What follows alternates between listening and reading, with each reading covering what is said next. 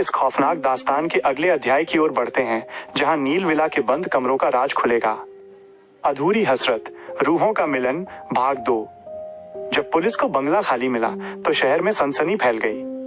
लोग कहने लगे कि आर्यन की रूह ने अपनी माया को पा लिया है, लेकिन असलियत उन दीवारों के पीछे दफन थी, जिसे ढूंढने की हिम्मत किसी में नहीं थी। बंगले के नीचे एक पुराना तहखाना था, जिसका रास्ता सालों से बंद पड़ा था। रोहन और प्रिया गायब नहीं हुए थे, बल्कि आर्यन की रूह उन्हें उसी अंधेरे में खींच ले गई थी। प्रिया की जब आंख खुली तो उसने खुद को एक पुरानी कुर्सी से बंधा पाया। सामने रोहन खड़ा था, लेकिन उसकी आंखों में वो चमक नहीं थी जो प्रिया को पसंद थी। उसकी आंखों में सिर्फ एक ठंडा सन्नाटा था। आर्यन, जो रोहन के शरीर में था, ने प्रिया के करीब आकर उसके चेहरे को छुआ। माया, तुम लौट आई।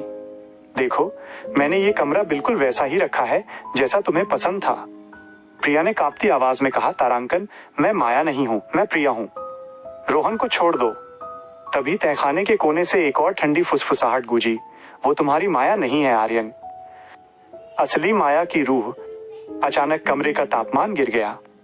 एक धुंधला सा साया दीवार के पास उभरा। वो माया थी, लेकिन वो वैसी नहीं थी जैसी आर्यन उसे याद करता था। उसका चेहरा सफेद पड़ चुका था और आंखों से खून के आंसू बह रहे थे। माया की मौत भी उसी रात हो गई थी जब आर्यन को छत से फेंका गया था।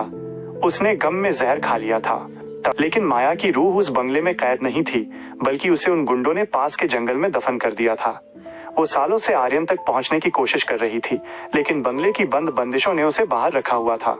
जैसे ही माया की रूह कमरे में दाखिल हुई, रोहन के शरीर के अंदर कैद आर्यन छटपटाने लगा।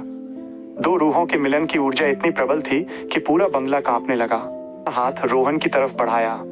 जैसे ही उनकी रूहानी उंगलियां एक दूसरे को छुईं, रोहन के शरीर से एक काला धुआं, आर्यन की रूह बाहर निकल आया। कीमत, आर्यन की रूह अब माया के साथ थी, लेकिन बरसों के इंतजार ने आर्यन को एक बेताल, मैलिशियस स्पिरिट बना दिया था।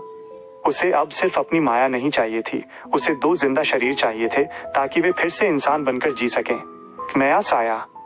प्रिया ने देखा कि आर्यन और माया की रूहें अब रोहन और खुद प्रिया की तरफ बढ़ रही थीं। अचानक एक जोरदार धमाका हुआ और तहखाने की छत गिर पड़ी।